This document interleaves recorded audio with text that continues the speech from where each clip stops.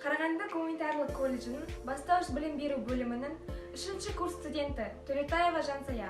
Бүгін мен 4-ші сынып оқитын бауырыма математика пәнінен үй жұмысын орындауға көмектесемін. Алдын-расыл үй жұмысына не берілді?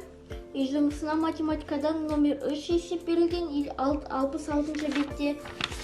Екіншісі номер 10 62 бетте. Бізде бүгін жаңа тақырып екен, ол көлем. Біз бүгін тікбұрышты параллелепипедтің көлемін табамыз. Және де сен бүгін жаңа формуламен танысасың.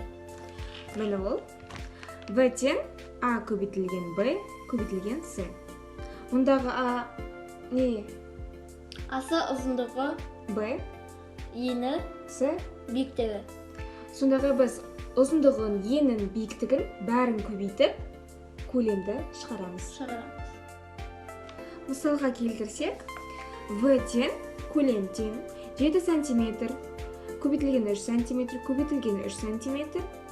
Сонда көлемнің өлшем бірлігі қандай? Сантиметр куб шығады. Сантиметр куб. Өйткені біз нәрде 3 санды көбейтеміз қара. 7 см, 3 см, тағы да 3 см.